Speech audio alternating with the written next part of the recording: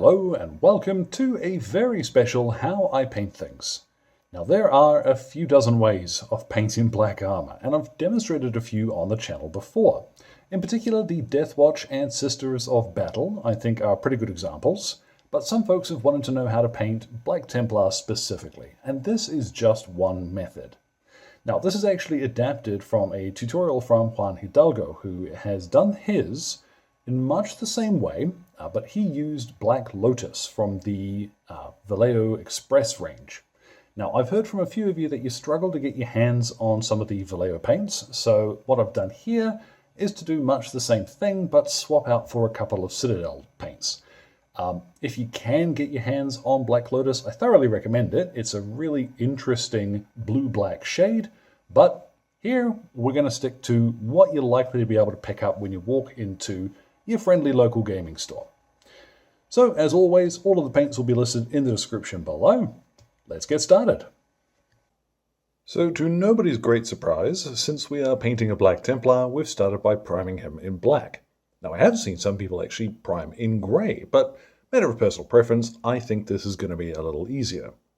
What I'm going to do first of all is to go over him with a slightly lighter shade of black, because if we go ahead and shade this now, nothing's going to show up. You know, black has a reputation of being tricky to paint because you can't really do a lot with it without getting in and painstakingly highlighting everything. So what we're going to do instead, I have here some German grey from Vallejo. Now you'll see as it goes on, it is pretty grey, but as it dries, what's going to happen is this will darken down a fair chunk. Now previously on the Sisters of Battle and the Deathwatch Marines that I've painted in black armor before, I've used Corvus Black for this step, and you can still quite happily do that. So we've now got a Space Marine who is nice and dark grey. Not a bad start, and you could just bung a black shade over the top of him now and call it done, but we are going to take things a little further. What I've got is a little old makeup brush. It doesn't matter too much what brand, what size, all that sort of stuff, as long as it's something nice and soft. What I'm going to do is work some Fenrisian grey into the bristles, and we're going to dry brush actually quite heavily over this entire miniature. So I am going to angle my brush to catch the edges of areas of detail, like hard edges, where we would traditionally edge highlight. But if I go over the same area a few times, and you see I pick up the rounded edge of that helmet, I'm not worried, because our next step is going to take care of some of that. So this is a little bit time consuming, but it is nice and simple, which is really what I want to achieve here. And you can definitely go a little more overboard with this than you might suspect. You'll need to reload your brush intermittently. But like I said, concentrating first of all on areas where you want a nice sharp line. But otherwise, all of that black, I'm going to dry brush it with a little bit of Fenrisian grey at the edges. Now compared to some of the time when I tell you to dry brush something and I say, oh yeah, be quite careful, you'll probably notice there's a lot more going on here than is ordinary, but that's all part of the plan. What I have behind me is some Black Templar, and I've shaken that up really thoroughly. Always make sure that you're giving your contrast paints a real good shake before you use them. And I have a medium shade brush here. The important thing I tend to find when applying contrast to power armor is to work in sections. So rather than going over the whole miniature and making a great big mess, work in areas. So I'm going to start with his leg here. I'm going to start by painting on a little bit onto the front panel, and then dragging it down smooth as I can over the armor towards the base. Keep your brush moving in the same direction as much as you can. Obviously, in some areas that's not going to be possible, but it'll help give you a nice smooth finish to your contrast and reduce the appearance of tide marks. So I'm going to do this over all of the armor, taking my time, and I think you'll see already how we're getting the dry brush working as a sort of a pre-shade here.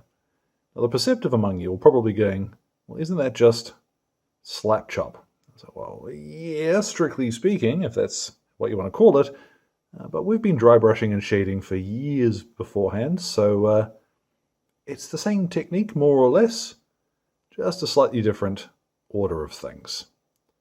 But all the same, once I've got all of my Black Templar on, let's come back and have a look at our Black Templar.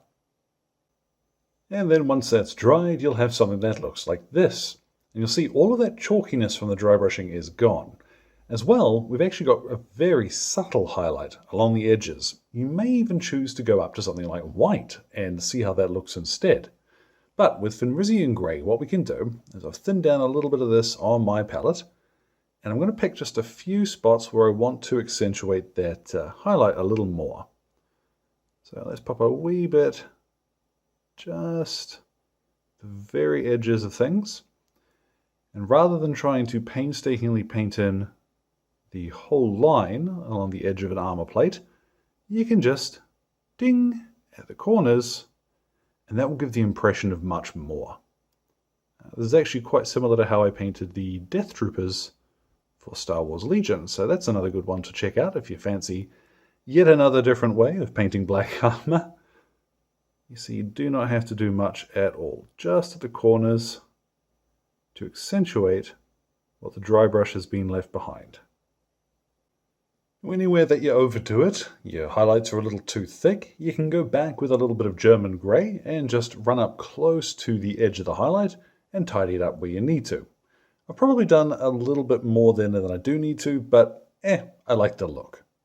What I'll move to now, this is Corax White, and this is one where some folks have a bit of trouble with it. What I do recommend is the first time you crack it open, pop an agitator in there, so a stainless steel bearing or a glass bead or something similar, and a little bit of Lahmian medium, because that'll keep it nice and smooth.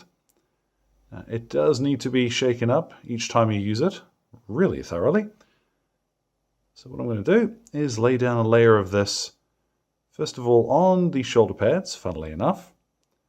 And once I lay down one layer and it starts drying, I'm going to leave it like that, because it's quite finicky about coming back over and lifting it up before it's dried. The other place I'm going to apply this is actually on the robes, which is probably a bit extreme to start off with, but this is going to be a much handier base coat for what is going to go over the top. So don't worry in this instance if your base coats aren't perfect on the robes, because we're just using it to make it easier to put a lighter color on over this black. Now I have managed to accidentally paint a hair into the white up on the shoulder pad, so I'm a little bit miffed, but oh well, we'll cope. I'm going to move now to Ushabti bone, and I'm going to use this on the robes. Starting with these larger areas at the back, you'll see I'm actually using my shade brush again. It's nice and quick to apply a really smooth layer like this, but when I get to some of these smaller areas, I am going to swap down to the medium layer brush. Now that's still likely to need a couple of coats. I have put 2 on all of the flatter areas, and you can swap between your brushes to make it a bit easier. So now I'm applying Seraphim Sepia all over the robes. Now this is the old version, but it's going to be much the same if you use the new. I think the new Seraphim Sepia is ever so slightly more yellow, but don't worry too much. Just get it on everywhere. Now that does look a little bit more yellow on camera than it does in reality, but we're not done with that anyhow, so don't worry too much if yours looks a little orange. I'm going to move to Leadbelcher now, and we're going to apply, well, the silver metal details. And on your Black Templars, there's normally a few of these. So chains, the little dealy boppers up on the sides of his helmet, that sort of thing. Away we go with some Leadbelcher. And then on to Balthasar gold for the brassy details. Now it's up to you if you do want to go to a deep brass like this. I've seen some folks who paint the eagles, for example, in gold or bone. It does change from crusade to crusade for the Black Templars, so pick something you like the look of and stick with it for your army, and that will look fine. Now, most of the guides that I have seen use corn red for the weapons and what have you. I reckon that's a little dark, because we are going to shade this quite significantly anyhow. So I'm going to start instead from Mephiston Red. Of course, use what you like. This is still going to take a couple of coats, especially on these big flat areas. Sometimes flipping them upside down is going to be the easiest way to reach some of these spots. Now he's really starting to come together. For his undersuit, what I'm going to use is some Eshin grey. Let's just get him in the easiest angle to paint with him here. And on that goes. Technically it's a layer paint, but it does cover very well over black.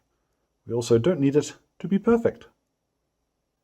Now this bit will depend on how your miniature is assembled, but for any leather, so pouches and what have you, Mournfang Brown is my go-to for this.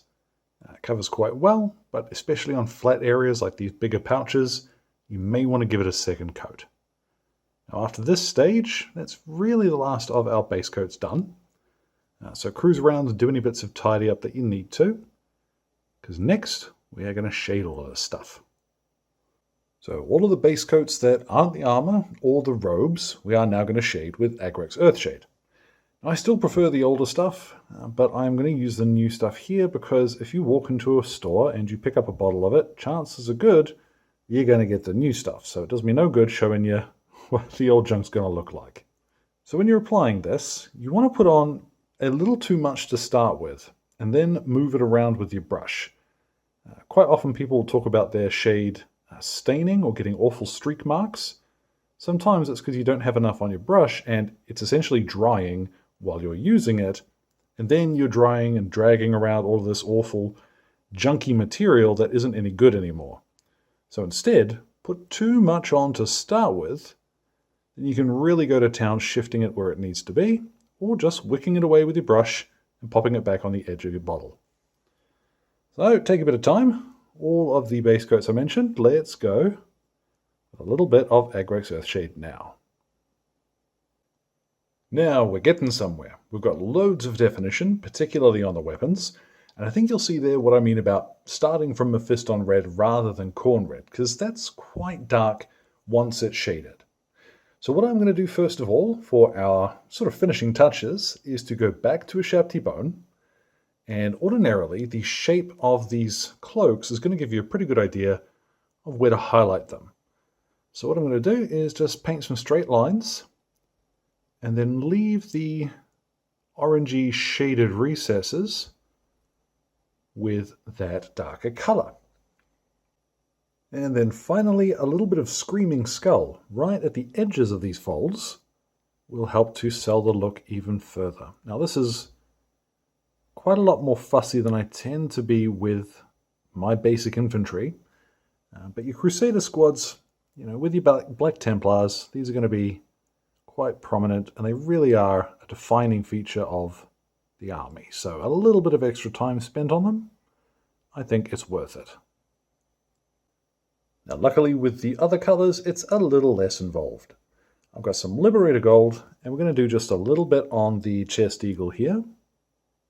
Just starting at the top, and you want to fill in really most of the eagle again. So it's important you've got just a tiny wee bit of paint on your brush at a time, because that'll give you much more control. And flicking along the edges of the wingling bits. Don't worry too much if you fill in, a little of them, because it's not going to matter at a distance. Just the tiniest bit of Stormhost silver on the metallic bits will really make those sing. And as well, you can also put a little bit of this at the corners of any gold details you want to look properly burnished. So particularly on the flamer here, just a little bit at the edges will help sell that look. Now for a red highlight, you've got the option of going to something like Wazdakka Red, but I am going to use Wild Rider Red because I like a really red. Just little bits of this. You don't need to highlight the entire straight edge of things like the chainsword here. Just at the corners, similarly to the armor. Then our final color is not so much a highlight as, at last, the eyes. You can do this in any way you want. I started off, of course, with a little bit of Corax white in the socket, and now I'm using Baal Red, which is a contrast color, just to dot in there nice and quick, and get kind of a glowing effect there. You can use whichever red you've got, really. Flesh Terror's red, or Blood Angel's Red, it doesn't matter over much. Once this is dried, what I'm going to do is pop a quick base on them. The recipe for that will be in the description. And I am also going to varnish them. Now, I tend to use a matte varnish on these because it photographs better. I would recommend something like Munitorum varnish for your Marines. A nice satin looks quite good, but like I said, this is going to photograph better, so it gets the matte. And so there at last, our Black Templar is complete. Like I said, there are 1,000 ways of doing black armor. This is just another one. So if you find it useful, you can try it on all sorts of things. And I do still thoroughly recommend go check out Juan's example because I still think his is cooler, much as I like my work. Yeah, I think his looks really great. I like how that's turned out, but, you know, his is awesome. Anyhow, as always, thank you very much to Exit 23 Games for the light and sound equipment, as well as all of my wonderful patrons who are keeping me ticking in paints and glue. And as well, thank you to my wonderful producers who are showing up on screen now. Your support means the world, folks. Now, any questions or anything, feel free to drop them in the old comment box below. My Twitter and Instagram are both linked there too.